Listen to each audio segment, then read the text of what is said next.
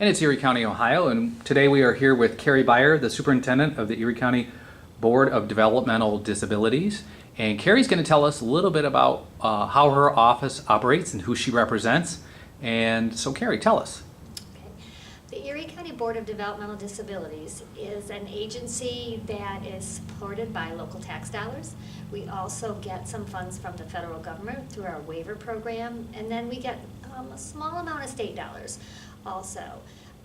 We support and serve individuals who have a developmental disability, and that's from birth through the lifespan.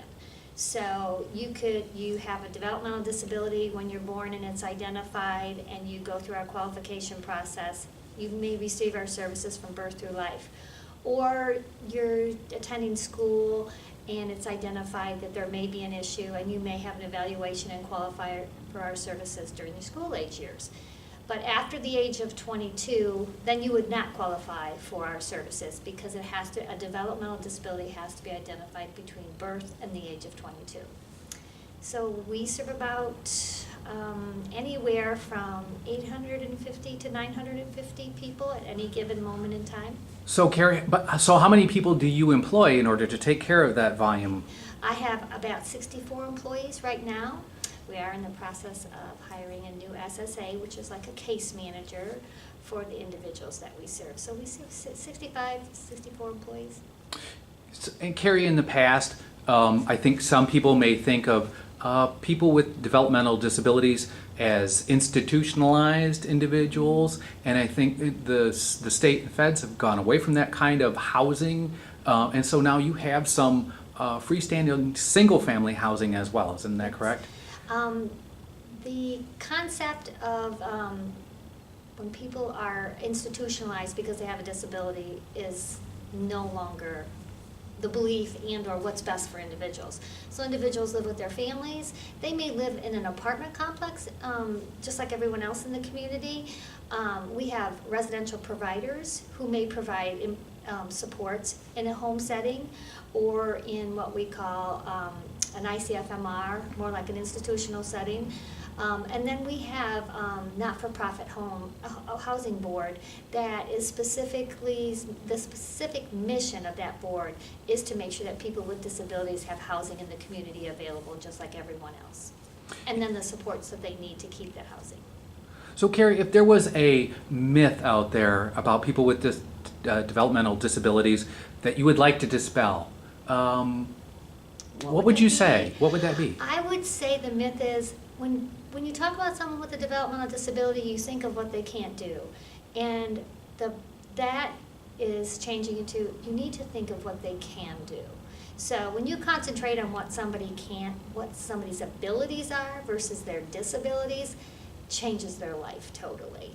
And then when you're not thinking about what they can't do, you're usually growing new skills because you're developing what they can do. And just like everybody else, the more opportunities you are given, the more that you will do. But if you're not given those opportunities because someone thinks you can't do this, you will never do it. So the big myth is it's not about what you can't do, it's really about what you can do. And Carrie, is there a jobs component, an employment component that you try to foster as well? Yes. We have a state initiative that came down a couple years ago. It's called Employment First. So when we provide services to an individual, a child, whoever, we talk about what their strengths are and what's important to them, just like you do with your family, what's important to you, to the mom, to the dad, to the kids. And then we develop a plan, and then we wrap the services around that. And then the funding is then follows the plan. So you identify the needs and the funding follows the needs. So for employment, you start talking about employment typically when you're in high school. What are your skills? What are your talents? What are you motivated to do? Same thing happens with individuals with disabilities. We now start to talk about employment when young individuals are in high school. We work closely with the schools on what kinds of skills need to be developed so that this person will have an employment opportunity in the community. So really employment is a required discussion of every single plan that we write for individuals. We talk about employment we may talk about it one year and somebody isn't ready to talk about it, hasn't figured it out yet, but we bring it up annually at every plan and talk about what would you like to do as far as employment. Employment is part of almost everyone's life and the discussion of it, unless maybe you're independently wealthy Right. for some reason, but it's part of life planning. So we do that with people, with individuals, and we start with the schools, and then we continue the conversation as people move through life. Somebody may have told them they were unemployable at one point, but that doesn't mean at another point in your life that you might not have developed some skills and you're very employable. So it's an ongoing support and discussion that we have. So Carrie, if there's an employment component to helping out people with developmental disabilities, is then there a transportation component as well in order to get those people from their home to their place of employment? We have agencies and we have contractors that provide that. So let's say your individual, their challenge is employment because maybe they don't have a driver's license yet. So we have a whole group of providers in our community who maybe that is their business, to provide transportation to people in the community or to and from their work. We connect people with those resources and then we fund those resources.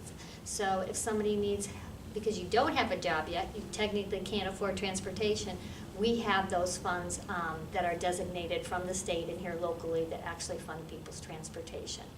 So let's say you happen to live in a real rural area of the community and you work on the other side of the county and you can't find a provider who will provide you your transportation at 5 in the morning to get you to work and then get you home at 3 o'clock in the afternoon. And your schedule changes every week, so that you don't have a provider who has the time available when you need them.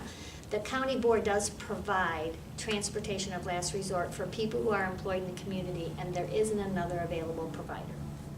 Carrie, it sounds like you have a lot of responsibilities. I think we're going to come back again and talk to you further, and maybe to some of your staff, so you can further expound on all your responsibilities. Yeah, that would be wonderful. Thank you. Thanks for having us today.